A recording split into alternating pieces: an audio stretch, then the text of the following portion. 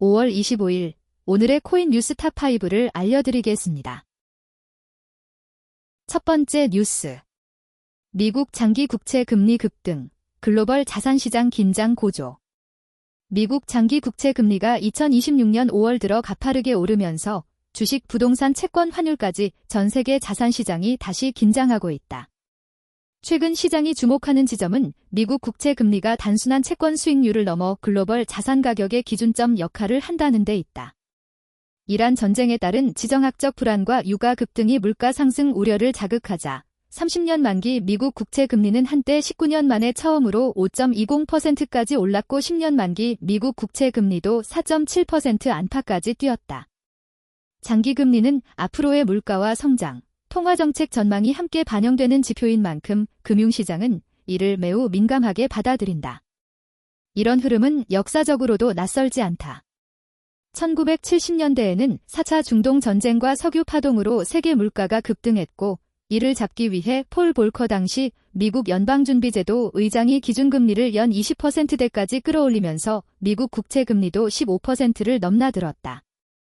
2022년에도 코로나19 이후 대규모 유동성 공급, 우크라이나 전쟁에 따른 원자재 가격 급등, 미국 연방준비제도의 대폭 금리 인상이 겹치며 장기금리가 급등한 바 있다.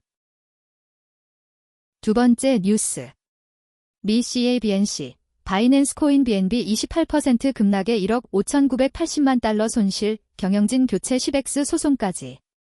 미국 나스닥 상장사 CA 인더스트리즈 BNC가 경영진 교체와 지배구조 개편, 주요 계약 재협상, 소송 제기 등 굵직한 변화를 동시다발적으로 추진하며 시장의 관심이 집중되고 있다.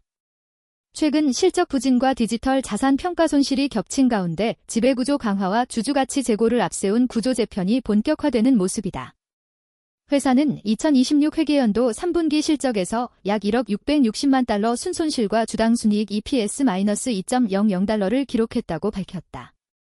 주요 원인은 보유 중인 BNB 디지털 자산 가격이 약 28% 하락하며 약 1억 5,980만 달러 규모의 미실현 손실이 발생한 데 있다.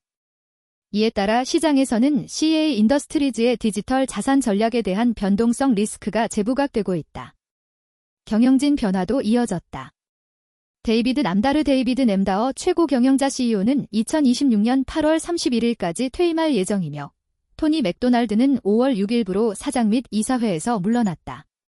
후임 이사회 의장에는 칼리 E. 하워드 카어리 E. 하워드가 선임됐다. 회사 측은 독립이사 확대와 신임 CFO 선임을 포함한 일련의 조치를 지배구조 강화의 일환이라고 설명했다. 세 번째 뉴스. 서울 다주택자, 양도세 중과 유예 종료 앞두고 경기권 매수 러시. 다주택자 양도소득세 중과 유예 종료를 앞둔 2026년 봄, 서울 거주자의 경기지역 주택 매수가 뚜렷하게 늘었다. 세금 부담이 다시 커지기 전에 다주택자들이 서울 외곽과 경기권 주택을 먼저 시장에 내놓으면서 서울과 가깝고 생활 여건이 비교적 좋은 지역으로 실수요와 갈아타기 수요가 함께 이동한 것으로 해석된다. 25일 법원 등기정보광장에 따르면 2026년 2월부터 4월까지 경기도 소재 집합건물 매수자 가운데 서울에 주소를 둔 사람은 11,614명으로 집계됐다. 직전 3개월보다 832명 증가한 수치다. 월별로는 2월 3,815명, 3월 3,951명, 4월 3,848명으로 양도세 중과 유예 종료 시점이 가까워지는 동안 서울 거주자의 경기권 매수세가 일정한 규모로 이어졌다. 집합건물은 아파트, 오피스텔, 연립주택처럼 한 건물 안에 여러 구분 소유 형태가 있는 부동산을 뜻한다. 매수 증가가 두드러진 곳은 서울 접근성이 좋고 주거 선호도가 높은 지역이었다. 고양시는 619명에서 739명으로, 광명시는 48명에서 698명으로 늘었고, 구리시는 399명에서 605명, 남양주시는 667명에서 877명으로 증가했다.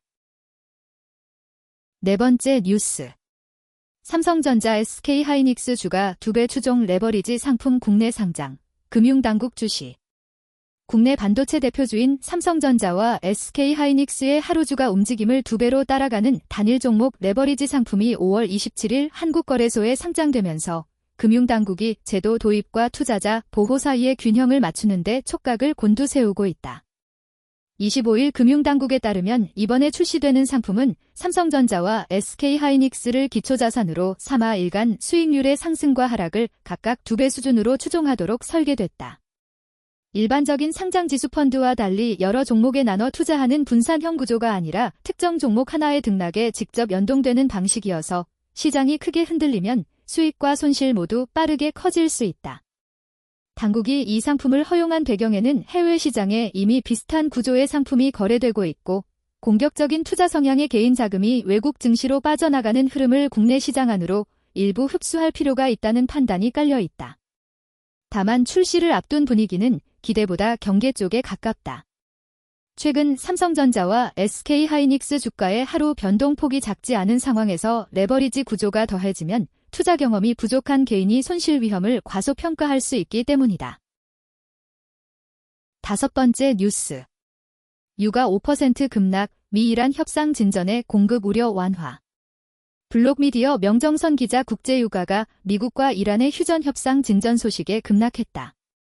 호르무즈 해협 재개방 가능성이 부각되면서 중동발 원유 공급 차질 우려가 완화된 영향이다. 24일 현지 시각 트레이딩뷰 기준 브렌트유 선물 가격은 장중 5% 가까이 하락하며 배럴당 98달러 선까지 밀렸다. 미국 서부 텍사스 산원유 WTI 역시 4.7% 급락하며 동반 약세를 나타냈다.